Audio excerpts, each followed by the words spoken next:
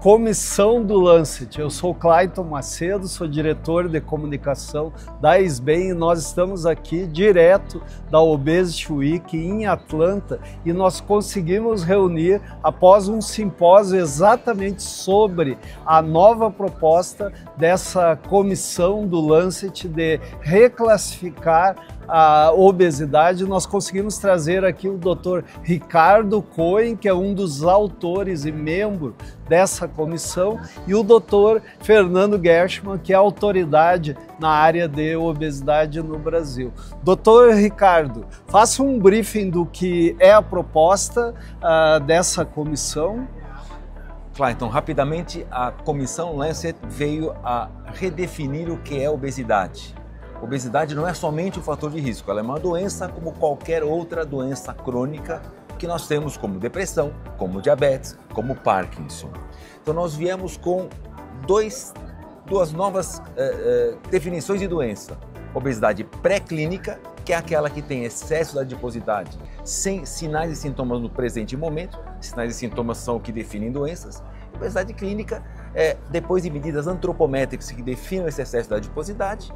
Um de 18 sinais e sintomas no adulto, um de 13 sinais e sintomas na criança e no adolescente, definem obesidade clínica. O que muda basicamente é a intensidade da intervenção e a priorização da intervenção. Ok, eu acho que um dos pontos muito importantes também é esse olhar além do IMC, né? Incluindo alguma medida de adiposidade para se fechar o diagnóstico. Cintura, isso para mim, peso, cintura-altura e isso, cintura-quadril. Isso, ou algum método de avaliação da composição corporal. Sim. Fernando, tu queres comentar também? Houve uma discussão muito legal, né, nesse simpósio de prós e contras dessa discussão. Eu acho que é uma discussão ainda em andamento. Eu acho que vocês deram o primeiro passo, né, para o desenvolvimento de uma nova opinião em que a gente cada vez mais adota critérios relacionados à porcentagem de gordura corporal, né, a estimativas de gordura corporal. O que nós precisamos agora, na verdade, são estudos de intervenção, que todos eles, nossos estudos que testam os tratamentos para obesidade são muito baseados em índice de massa corporal, mas agora a gente precisa de estudos baseados em excesso de gordura para ver se a gente consegue replicar ou até aplicar essas definições e demonstrar a eficiência dos nossos diferentes tratamentos. Como é que a gente pode fazer isso na prática clínica, na prática de ciência, para a gente desenvolver esses projetos? Eu acho que você tem razão. Assim que a gente definir obesidade, quer dizer, excesso da adiposidade, IMC mais um dos parâmetros que nós citamos, ou dois dos parâmetros são IMC, nós temos sinais e sintomas. Como qualquer doença, eu consigo colocar essas doenças em remissão desses sinais e sintomas. Então a gente precisa começar a mudar. Os nossos dois trials hoje correntes de estudos randomizados e controlados têm como objetivo não só a perda ponderal, aliás é secundária, e sim a remissão dos sinais e sintomas, que acontece em toda doença em medicina. Diabetes, por exemplo, da área de vocês, ou nossa área, tem sinais e sintomas, tem fisiopatologia, tem complicações. Por que a obesidade não? Esse foi o grande pontapé inicial que a Comissão Lancet deu. Excelente. E doutor, eu acho que um dos grandes problemas, em especial no Brasil, é a falta de acesso ao tratamento adequado da obesidade. Talvez uma das maiores qualidades dessa proposta seja exatamente talvez priorizar esse grupo com a obesidade já classificada como obesidade clínica, né, e tentar otimizar isso. Qual a sua opinião e qual o caminho que o senhor acha que nós devemos seguir como médicos, como sociedade, para tentar melhorar esse cenário de acesso?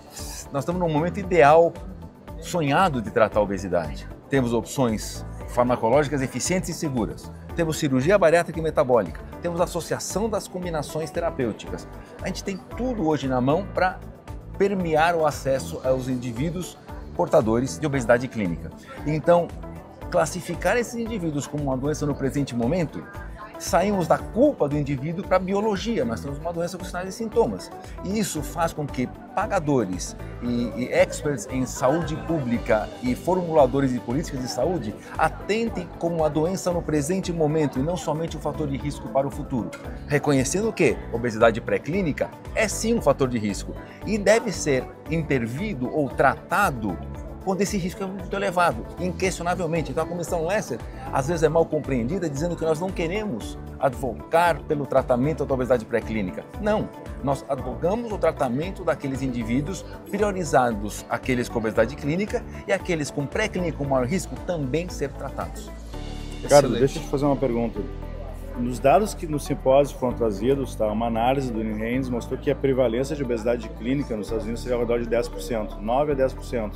Ou seja, a gente passaria de ter, tá, pessoas com sobrepeso e obesidade com critério para, por exemplo, manejo farmacológico da obesidade em bula, por exemplo, nos Estados Unidos hoje em dia, que seria ao redor de 50 a 60% da população, nós passaríamos para 10% da população. Como é que tu vê essa questão baseada nesses dados que foram apresentados no simpósio? Eu acho que nós estamos priorizando desses 10% aqueles que mais necessitam de tratamento agora, no presente momento. E aqueles indivíduos, como eu já comentei, que têm obesidade pré-clínica com risco elevado, eles serão tratados também. Porém, aqueles que têm os 10%, os 9,7% daqueles que têm obesidade clínica serão priorizados. Talvez no Brasil isso tenha mais ainda valor ainda. Mais impacto ainda, porque a gente prioriza quem mais precisa agora.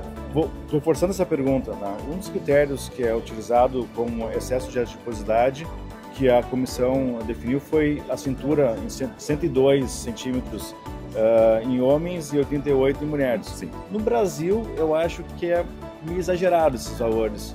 O que tu acha que seria no Brasil? O que a gente tem de dados epidemiológicos no Brasil que a gente poderia talvez redefinir para a população, não só no Brasil, mas em outros lugares do mundo, né, de maneira diferente, né? Porque a gente está usando os critérios no Brasil para definir a nível de medida cintura esse tipo de conceito.